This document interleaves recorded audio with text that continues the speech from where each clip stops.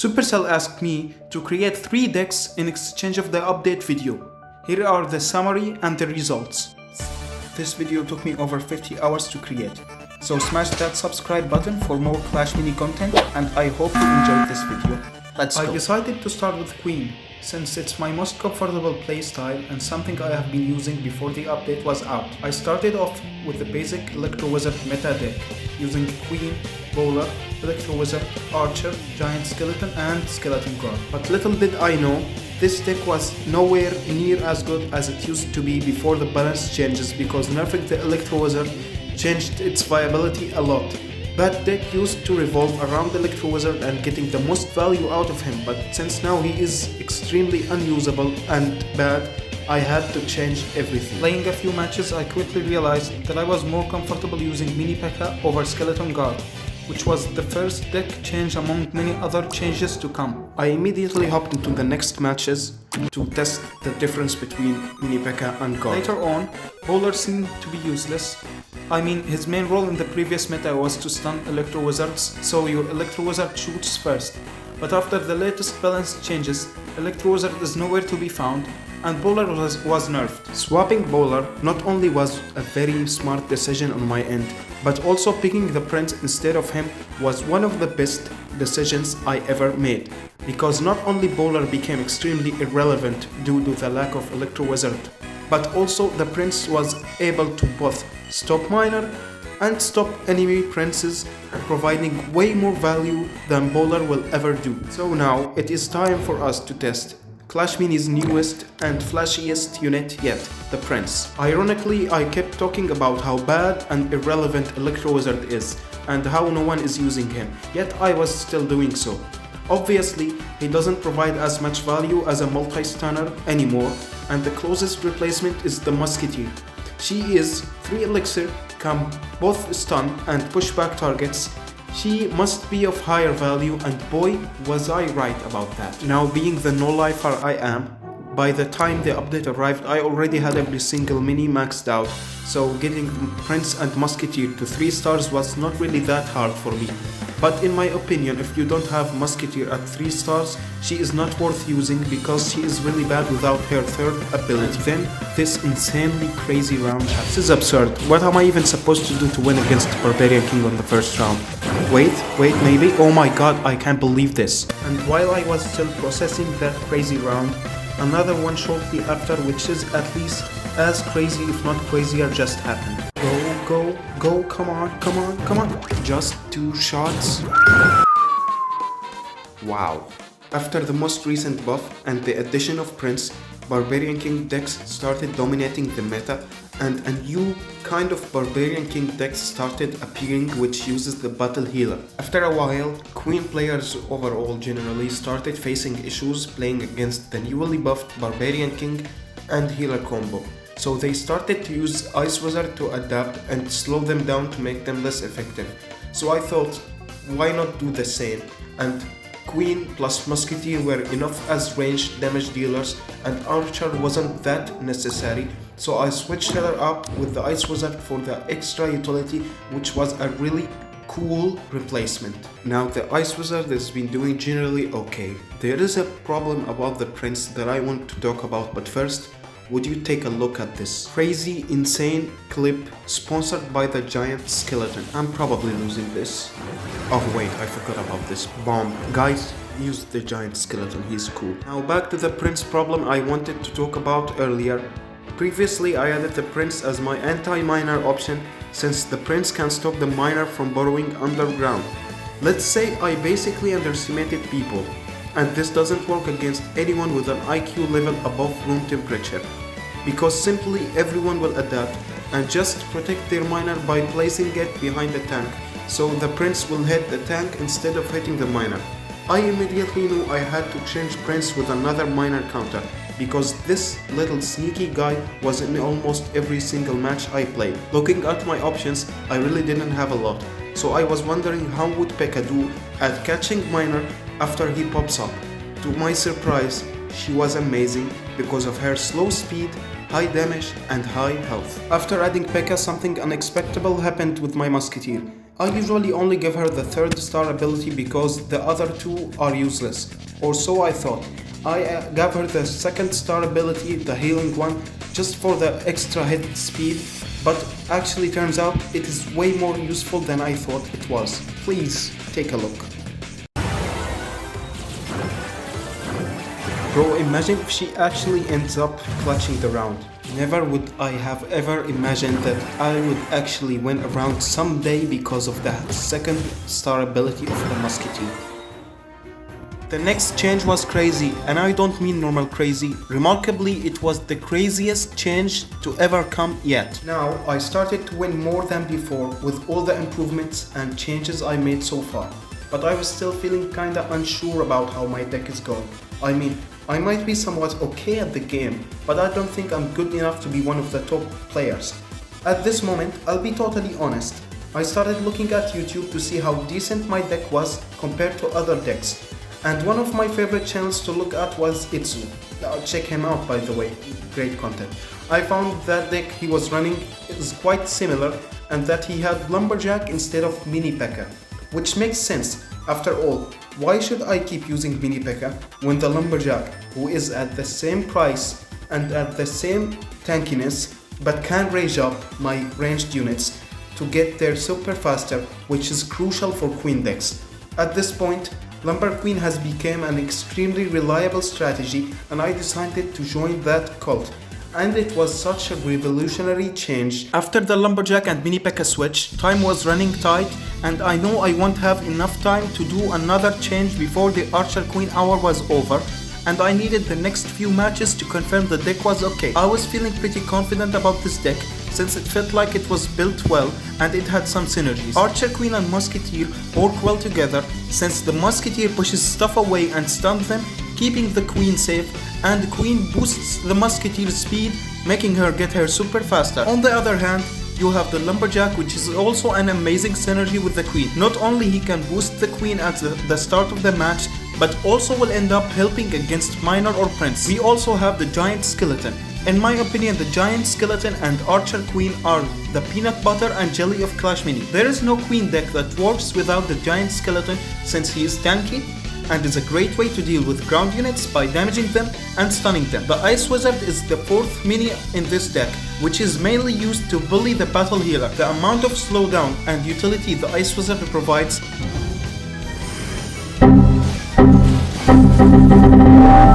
is insanely annoying for Barbarian King decks. Lumberjack alone isn't enough to deal with Miner and Prince, which is exactly why I decided to get him a nice little friend. P.E.K.K.A. seems to be perfect fit for this job, since the high health and damage helps her get so much value, and the slow walk speed seems to be helpful to make sure she doesn't end up escaping before the Miner pops off the ground. If your Lumberjack isn't maxed out, replace him with either Barbarian or Mini P.E.K.K.A. If your Musketeer isn't maxed out, you can replace her with Archer, and the Ice Wizard can be replaced with Skeleton God if you prefer so. For the second hour, I decided to use the newest hero, the Royal Champion, and this should be a ton of fun, because not only me, but every other player have absolutely no idea how to play or beat the Royal Champion. Being that clueless, I added multiple splashy units and other minis that will hit backline units such as Magic Archer, Miner, Archer, and Wizard, thinking it would help my Royal Champion get more resets while using Giant Skeleton as my tank. Playing this deck was literally torture because of how little tanks it got, which makes it extremely vulnerable and easy to break through, and on top of that, lacking tanks made dealing with Miner, Archer, and the Prince near impossible, so I thought P.E.K.K.A. would deal high damage to front tanks, which would make resets more likely to happen, and if necessary, I can use P.E.K.K.A. in the back line to stop miners, so I exchanged P.E.K.K.A. for Magic Archer. With this change, I'm feeling a lot better about this deck, because with P.E.K.K.A. in it, it seems like I have a wider variety of options available.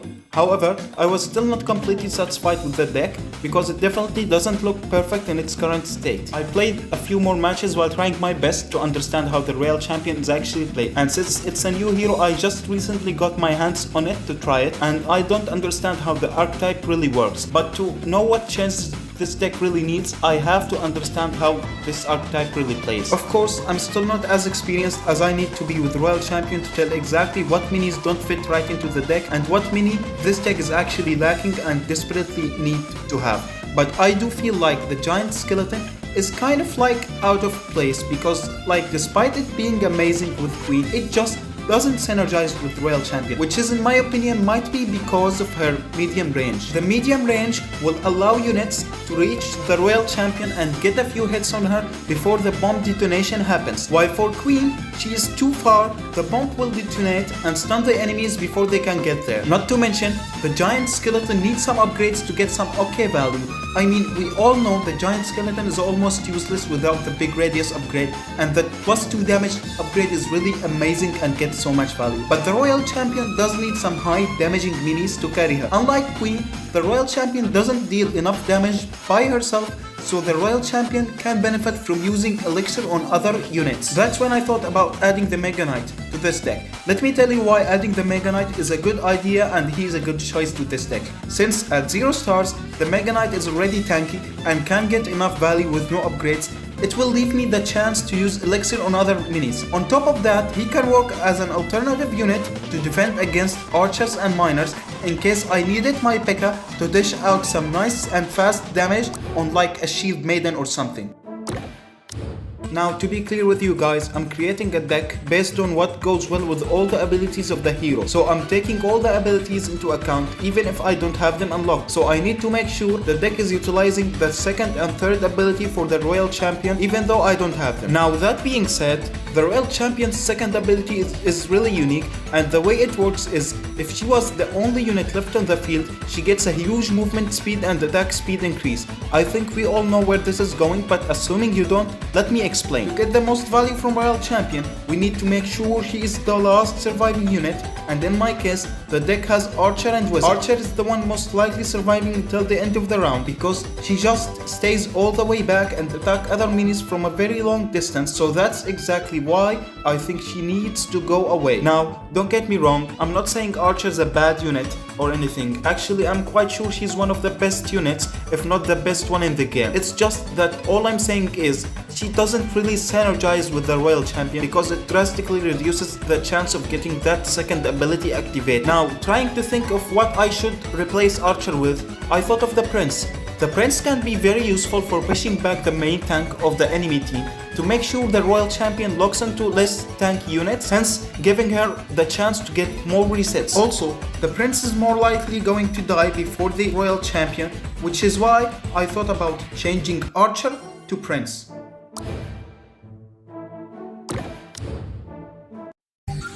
Right after I switched to Prince, this insanely lucky clip just happened after. A P.E.K.K.A. crit? Okay. Another P.E.K.K.A. crit. Wow, we take those. A third P.E.K.K.A. crit? Holy cow, what are the odds? Sorry, I couldn't help it, but I had to calculate it. P.E.K.K.A. critical chance is 15% based on what I read on Reddit, I believe. The math of the percentage of getting 3 critical hits in a row is 15% times 15% times 15% multiplied by 100. Basically, the chances of that happening is about 0.3% or 1 in almost 296. For reference, catching a full health Mewtwo in Pokemon is around 0.4%, which makes it actually easier. Okay, let's get back to the topic. After removing Archer, it kinda was common sense to get rid of the Wizard at this point to maximize the Royal Champion's second ability. After all, there is always a chance he will survive longer because he is also ranged unit. Recently, the Barbarian have received the craziest massive set of buffs and has been rolling everyone since the update day, so I thought maybe I should add him to this deck as well. The Barbarian can actually provide an extra answer to Miner or can completely shred tanks in a few seconds. He is also capable of tanking a few Archer hits, keeping your Royal Champion safe, and can also help against Prince. That's when I decided to take the Wizard out of my deck to make sure I get the most use out of the second Royal Champion ability and to get some space for the newly buffed Barbarian, since the Barbarian provides a lot more value and way more options than the Wizard does. Now, after the Barbarian and Wizard switch, I settled in with this final version as I was feeling pretty good about it. We have the Mega Knight and the P.E.K.K.A. serving as a decent tank while also providing answers for Miner if needed. We also have the Prince, which helps against the Queen and can also help against Shield Maiden or Barbarian King by knocking the main tank all the way to make sure Royal Champion gets more shield resets. On top of that, all the 3 units above can work pretty well without any upgrades, leaving more elixir for you main damage dealers. Speaking of main damage dealers, I picked Barbarian and Miner for this job. The Barbarian can assist the Mega Knight or the P.E.K.K.A. with Miner and the Prince if they couldn't deal with it on their own, while also providing the option of using him as a tank killer because of his constant increase in hit speed and the chance of getting double damage with his second star. Now for the last one, it's the Miner, which provides an amazing answer for Queen decks and an insanely high DPS if you were able to utilize his second star ability. Now for possible replacements, there isn't much you can replace, but maybe you can change Barbarian for Guard or Knight, but I personally wouldn't advise you to do so. All in all, this seems like a decently solid deck, especially considering the Royal Champion is a new hero. In short, I feel like I did a very good job making a deck for a new hero from scratch in 1 hour, and I'm excited to see how close to future meta decks it really is. For our final hour, I went with the Barbarian King since the Barbarian King received some nice buffs and became extremely popular and relevant. I started with the deck from the previous meta, which had Electro Wizard Archer, Miner, and the Spear Goblin, and of course the Bowler. Obviously, the first swap was a no-brainer since I already had an idea about how newly balanced units perform due to my experience with the Queen section. I took out Bowler for Prince just like I did before, since it was clear that Bowler isn't that much of a good option anymore after I saw how he performed on my old Queen deck. Just like how the Bowler and Prince swap was mainly based on my experience with the Queen deck, which helped me decide faster, it was exactly the same for Electro Wizard. I decided to get rid of Electro Wizard early since I have seen how he is in the Queen section. Now, what to swap him in was the main concern for me, since I just don't think Musketeer would work in there. Then I suddenly remembered I mentioned once that I used Ice Wizard to counter Barbarian King healer decks and thought maybe normal Wizard would fit in since he has the anti-heal ability. Now I'm literally only 4 matches in and the deck feels very fresh and great. It's probably since Miner and Archer are still good, and with taking out the Electro Wizard and Bowler early, I ended up adding the Prince, which is amazing with Miner and the Wizard. The Wizard, in my opinion, is an underrated unit, at least by the time I'm recording, since there is a chance he would become popular by the time I finish this video. The sheer amount of splash and damage he deals, my Prince will probably not survive this, but luckily I have the Pony upgrade, so there's a chance the Pony will clutch it up for me. I don't know if the Pony can get the first hit before the Barbarian does.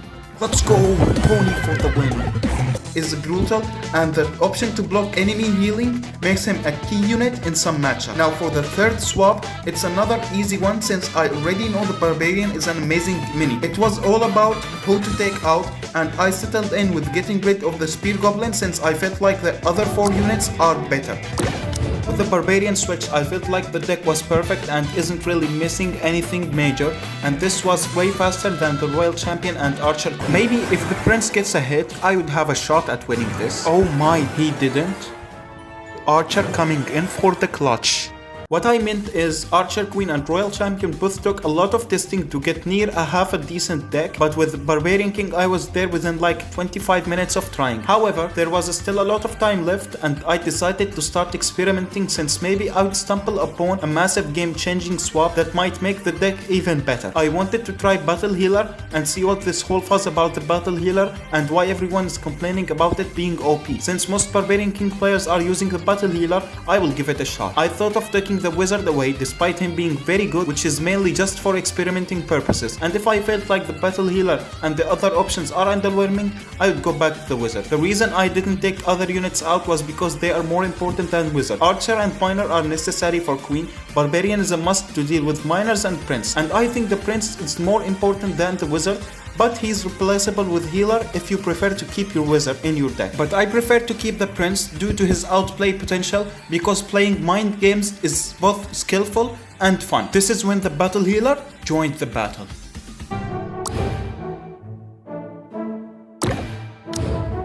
I immediately got into a few more matches after the battle healer swap, and I was feeling a little mixed about this case. I mean, the battle healer was good, and she clutched up a few games and provided insane value on some other games. But on the other hand, she was completely useless in some matches, specifically those matches with P.E.K.K.A. and Wizard. P.E.K.K.A. can end up cancelling the whole amount of healing with one critical hit, and usually P.E.K.K.A. takes out the battle healer very fast due to her amazing DPS. The Wizard can literally ruin your whole deck with just a 2 elixir upgrade. Just give him the heal block ability and it's a game over for your healer strategy. I came up to the conclusion that the battle healer is an RNG mini and it's extremely matchup dependent, where you would end up dominating some matches and getting absolutely wrecked in some other matches. I thought of trying the magic archer in its place to get more ranged damage, and because the magic archer is less matchup dependent, it should probably be a safer option. Everyone say hello to the magic archer.